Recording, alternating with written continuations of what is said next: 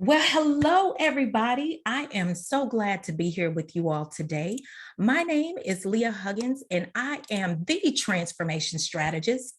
I am a certified life coach, and I specialize in matters of the heart. I help women to foster a healthy relationship with themselves first and then with others. My goal is to enlighten, encourage, and empower women to transform their life by helping them to let go of baggage, repurpose their pain, and reclaim their power so that they can reignite their passion and walk in their purpose. I am so honored to be a part of this great event, the Sister Leaders Conference. I want to thank Ms. Kern Cherry for her vision and for her willingness to serve on this much needed platform. I believe that women are the anchor of the family, and we play such an important role in its success. When we strengthen the family, we strengthen our community. When we strengthen our community, we improve our society. And when that happens, we make the world a better place. But it all starts with us individually. If you want to change the environment, you must first start with yourself. Change begins within. So let me share a little bit about myself. I am a proud U.S. Navy veteran, and I am a proud U.S. Navy wife. My husband was deployed twice to Iraq. He was there when the war started, and then he returned a couple years later while they were still fighting. As you can imagine, he experienced a lot while he was over there, as many of our service members do. To make a long story short, years later, my husband was diagnosed with PTSD. Now, the truth is PTSD affects the whole house, not just the person that has experienced the trauma. As the spouse of someone that's working through to manage their symptoms, you must be careful to protect your own emotional well-being. Now, I will not give the impression that my marriage was perfect before the diagnosis of PTSD, and I will not pretend that I didn't come to the marriage with my own set of problems and my own set of personal issues that helped to complicate and strain the relationship. And I will not pretend that he didn't come into the relationship with his own set of issues either. But when you couple that together with the effect that PTSD can have on a relationship, it can be devastating. I believe that PTSD does cause problems within a relationship. However, I feel that what it does is to actually highlight the problems that are already there. So the environment became toxic. And for years, I wore a mask pretending that everything was okay on the outside. But on the inside, I was slowly crumbling away as my environment chipped away at me. Little by little, I began to release control over certain areas of my life. I let anxiety take my peace, depression take my joy, and fear take my sanity. I allowed doubt to rob me of my confidence and my self-esteem. Insecurity and shame stripped me of meaningful relationships. As loneliness set in, isolation and depression and hopelessness were right behind. It seemed that my world had spiraled out of control. My marriage suffered as I had become emotionally disconnected, and I fell into a deep depression of my own. Now, where your mind goes, the body will follow. Emotional distress will eventually begin to manifest in the physical and can cause some serious health problems. Now, after a while, my body began to react to the stress that it was under, and I began to suffer with unnecessary health issues, migraines and tension headaches and high blood pressure and even excessive weight gain. It all told the story. I was not taking care of myself. I had become totally financially dependent and unable to be self-sufficient. My life and my well-being depended on factors that were outside of my control. Looking back now, I can see where I had given up. I felt defeated and I let go of hope. This was my life for years before I finally decided that enough was enough. Now, there was no one moment that sparked a change, there was no one thing that I can attribute to the turnaround that happened in my life. Instead, it was just a series of small steps that eventually put me on the right path. It didn't happen overnight. It didn't even happen on purpose. It was just a process. And as I began to do the work, I noticed the changes that were happening within and around me. I gained control of my life once I decided that I no longer wanted to be a product of my environment. I wanted off of the emotional roller coaster. I needed stability, and I was no longer willing to just let life happen to me. I had to come to the realization that my happiness is my responsibility and nobody else's. I had to learn how to keep my joy regardless of the circumstances and not be swayed by the words and the actions of others. I changed my environment by first changing the way that I think, learning that self care was not selfish, but in fact was a necessity. I began to take better care of myself, my mind, my body, my soul, and I let go of emotional baggage through the process of forgiveness. I began to heal from the inside out. Eventually, I did reclaim my power and I was able to take back my life. Now, life is going to have its ups and downs. We know this, but real peace comes from within. It's not based on what's going on outside of a person. It requires changing the way that you think about your situation. Your mindset is key in making life changes. Whatever you do, it must first start with a thought. What you visualize will become your goal. When you have a goal, you can create a plan. When you put action behind that plan, you'll create the change that you desire. So today, I want to talk to you about how to reclaim your power so you can overcome your obstacles and crush your goals.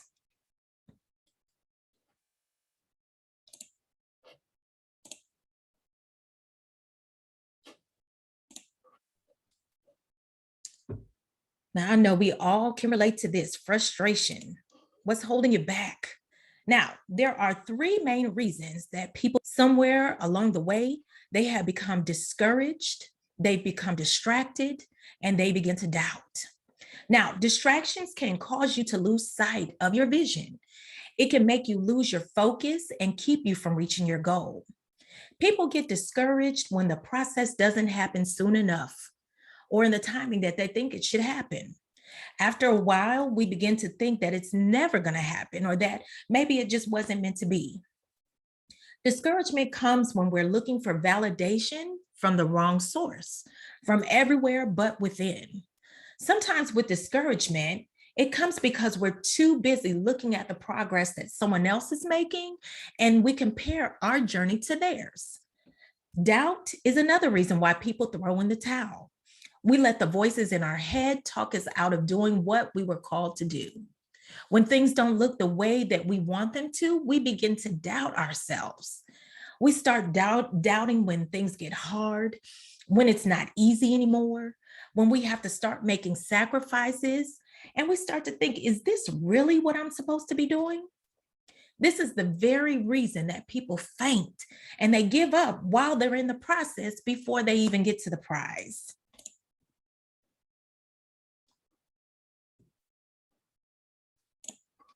Now, the process is the road that you have to take to get to the prize. It involves sacrifice. The process will cost you. No pain, no gain. Now, here's a secret. You need the process in order to fully develop you for the prize. There are no shortcuts, no easy button, nothing like that.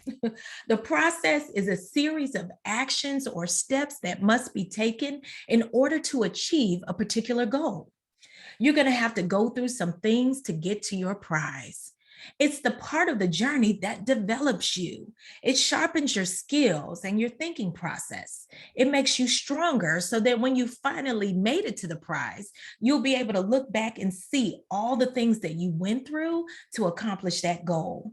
And that will empower you to move on to the next goal and to bring with it all the lessons that you've learned, the skills you acquired, and the confidence that you've gained. It's important to remember the why.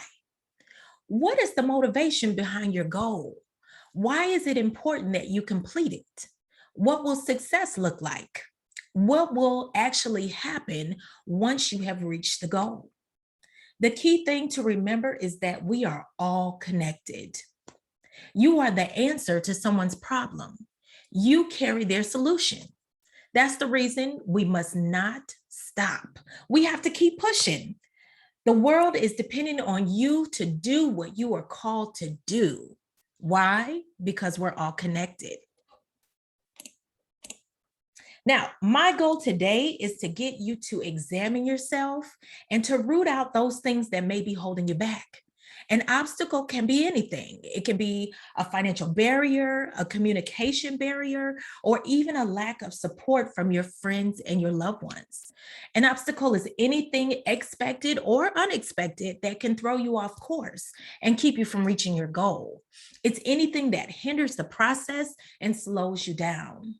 Now, what I'm finding is that the secret to staying on course lies in your mindset. Everything that we do in life starts with a thought.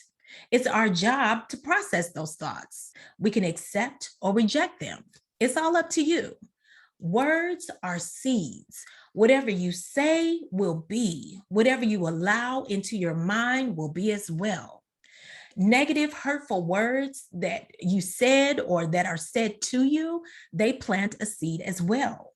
Think of it as a curse. There's an old saying, whatever you water is what will grow. So you have to make the decision. Will you water the blessing or will you water the curse? Learn to reject the curse.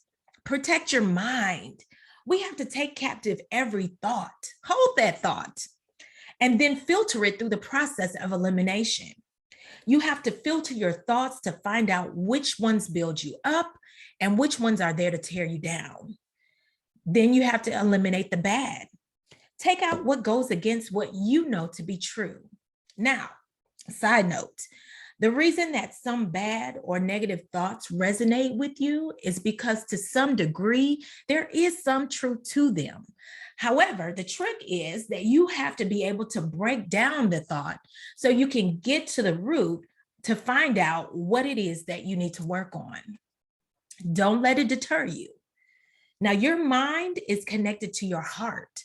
The thoughts that you have are a direct reflection of what's in your heart. Your experiences from the past, they shape what you believe and what you think. What you believe is steeped in what you have experienced. Some things you have to release before you can move forward. Now, let me tell you about fear. Fear will paralyze you. Quitting in the middle of the process is rooted in fear. Fear is based on a lie. We've all heard that saying that fear is false evidence appearing real. So the driving force behind fear is your imagination. This basically means that we believe what our minds tell us. That's why you have to learn how to protect your mind and learn how to shift your thinking. A lie needs to be balanced out by the truth. The truth will release you from emotional bondage that fear keeps you in. So again, your words are seeds. So this is what you need to use to fight fear. Your words have power. So when you're faced with fear, you need to be able to dissect it and figure out where the lie lies. You have to learn how to speak to yourself and then use your words to declare your truth. So here's what that looks like in action. So fear says, if I try, I might not be successful. But truth says, if I fail, I will have learned a valuable lesson about what to do next time. It's all about your perspective. You have to learn how to reassure yourself. Again, fear paralyzes. So it also causes stagnation. There's no movement, no growth, and no progress or development. Fear of failure will keep you from trying. So the book that you're supposed to write, it never gets written. Or the business that you were supposed to start, it never gets off the ground. Or that thing that you were created to do, it never gets done. But that just doesn't affect you. We're each created to be a solution to someone else's needs and an answer to their problem. So if you don't do what you have been called to do or purpose to do, then someone else will spend more time suffering or in need or stagnated just like you are. So fear is connected to unfulfilled potential. Low self-esteem and insecurity are all deeply rooted in fear as well. We worry about what others are going to think of us and wonder if we're going to measure up to what their expectations are. We begin comparing ourselves to someone running a totally different race. We struggle with acceptance and with confidence of who we really are. At the root of this type of fear is the belief that we are not accepted, we're not valued, and in fact, that we're replaceable. This is a fear of rejection, and it's closely tied to fear of failure. This will keep us paralyzed as well. So, how do you combat fear? Well, you do that with self-love and assurance. You have to build your confidence. This starts with understanding who you are as a person and knowing what skills and gifts you bring to the table, knowing what you're capable of and who you're called to serve. Be willing to learn from your mistakes and know that they are not the end of the road, but new opportunities to increase your knowledge and your abilities. There's no shame in starting over or having to revise your plan. Failure is inevitable. Somewhere in life, you're going to miss the mark, but you cannot let that paralyze you. You can't be scared. The good news is that failure is also temporary. So if you can get back up, try it and try it again. As I said before, you have to address your fears head on and get to the root of what is causing them. This will determine the direction that you need to take. Simply break it down and simplify it. This will bring clarity and direction. So change the way you think and change your perspective about failing. If you think about it, failure leads to growth and maturity.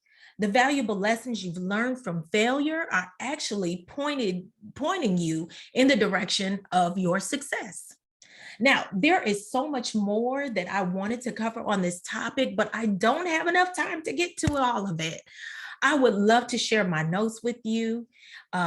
If you will, you can email me at leah@reclaimedcoaching.com and leave your first name, your email address, and write the words power notes, and I'll get those notes to you right away. I also wanted to invite you to my Facebook group. See all these notes I have. Yes, I also wanted to invite you to my Facebook group and my Instagram. Both of those are under the title of PTSD Wives, and the links are as shown in the slide. I just want to leave you with one thought tonight. If it was easy, anybody could do it. Don't you quit. Don't give up. We need you. We need what you have to offer. Don't quit. I want you to be encouraged, be empowered, and be blessed. You all have a good day.